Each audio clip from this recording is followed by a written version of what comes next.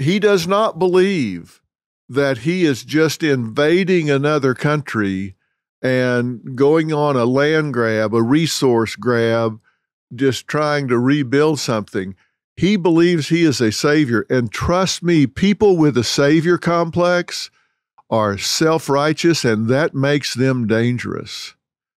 And there are 30+% ethnic Russians in Ukraine, and he has convinced himself, I am going to save my people. And he shows many true believer attributes by branding the bad guys. Here's a problem. The bad guys, they're Ukrainian and the United States, because we represent the same thing in terms of a democratic republic. Something that's dangerous here is there are ethnic Russians in all former USSR nations. So is he going to go save them next? Where does it stop? Now, what do I base this on? The way he communicates. Now, as I said, I've got good translations for what he's saying, so I'm having to read this in subtitles and listen to the translations, which are someone else speaking his words, so I can't give any weight to that or what it means. I just have to take the words themselves, not the emphasis of the syntax of the words, but the actual words he speaks.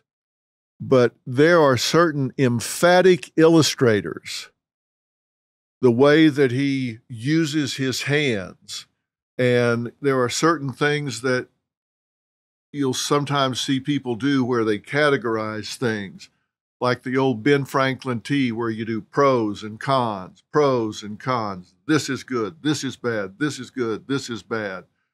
And they'll speak where certain things are emphasized. There's only one asymmetric emotion out of all emotions expressed on the face. And there are a lot of ways to describe it, but it is disgust, it is disdain, it's dismissive, it's this superior sort of dismissal and superior disgust towards something. He uses that when he's talking about kind of the senior partner in the situation, and that's the United States. And you only see this when he's talking about the Ukraine and the United States out of everything else he's talking about. There are other times that he's talking where he kind of slumps down in his chair, puts his hands on the table, his voice drops. But when he's talking about the Ukraine, when he's talking about the United States, he gets very animated with his body language and in his voice. He is a true believer. And this adds up to the fact that this guy actually believes that he is the victim here. He is wronged. His country is wronged. Now, look, I just need to repeat this every once in a while. I'm not political. I don't know enough about politics to be political. I am certainly not competent to make geopolitical comments, and you need to take everything I say as being in my lane of psychological, not political, not geopolitical, but psychological, in reading the motivations of the person in this role. I see resignation to do what is to be done. Now, do I know where this is going to stop? I don't know where it's going to stop. But let me tell you something else.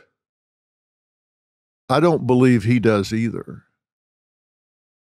I know this. He is resigned to do what he decided to do when this started. So all of this stuff about deterrence, I can't comment on the diplomacy of all of this, and I'm not one that thinks we need to rush into war. Don't know enough about it to advise about that, but I can tell you that when you're dealing with an autocratic situation, you're dealing with an individual without checks and balances. And that's a dangerous situation because I don't care whether you're talking about a czar, king, a queen. If you're talking about one person, that person is subject to psychological swings.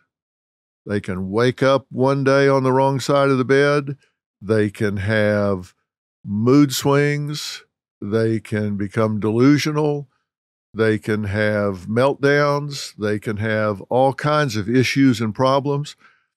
And if it goes down to one person and there's no checks and balances, then you don't know what you're going to get.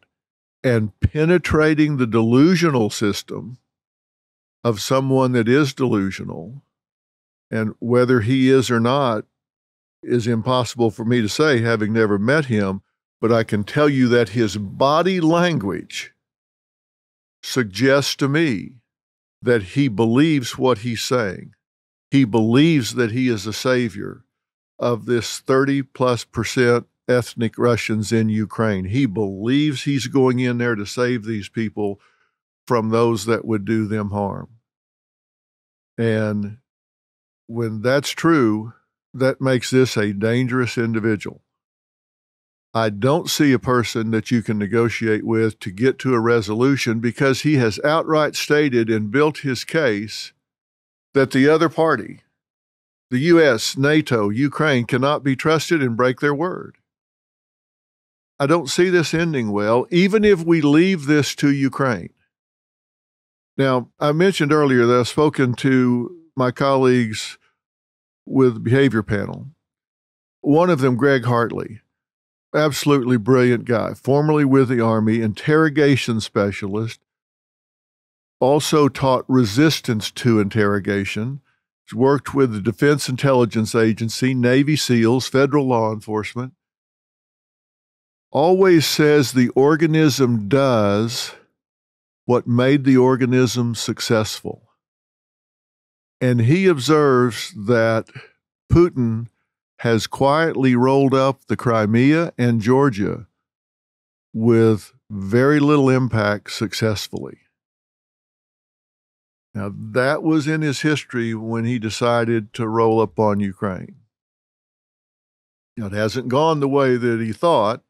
It didn't go the way that it did with the other two, but that's in the background. Now, also, one of my other colleagues there with Behavior Panel is Scott Rouse. Again, deep involvement with law enforcement, military, Fortune 500 companies. And these two, by the way, work with Chase Hughes, probably the premier behavioral profiling expert in the world. 20 years with the military, just retired in 2019. Mark Bowden, body language behavioral expert, works with the G7, developed the Truth Plane methodology. I mean, this is all these guys do. That's why I suggest that you subscribe and look at their detailed analysis of Putin. But Scott Rouse says, and this is a quote from him, "What I'm seeing scares me from a professional point of view. He's going to do what he decided he was going to do when he pulled this plan down off the shelf." And they all agree that when he speaks of the Ukraine and the U.S., they see a very similar disgust. So I think what I'm saying here is this an evil, deranged, delusional madman? I can't really speak to that, but I can tell you that looking at his body language, everything I just said, I say with great confidence. And what bothers me the most is that he believes he's the victim here. He believes that his country is the victim here. And if you look at his background as an individual, it fits right in. When you believe you're the victim and then you have a savior complex, Ah, that does not bode well for sitting down and working out something because you, being the West, the US, the Democratic Republics, are seen as the ones that are evil. So that's my thumbnail about what I read behaviorally from him. I could give you 50 reasons, everything from his body language, use of hands, posture, facial expressions, eye movements, all the things to support that. But I don't think you're really interested in that at this point. If you are, they go into that in great detail with Behavior Panel, and I've talked with them about that in great detail. So if you're interested in that, I'll let you gather that detail from them.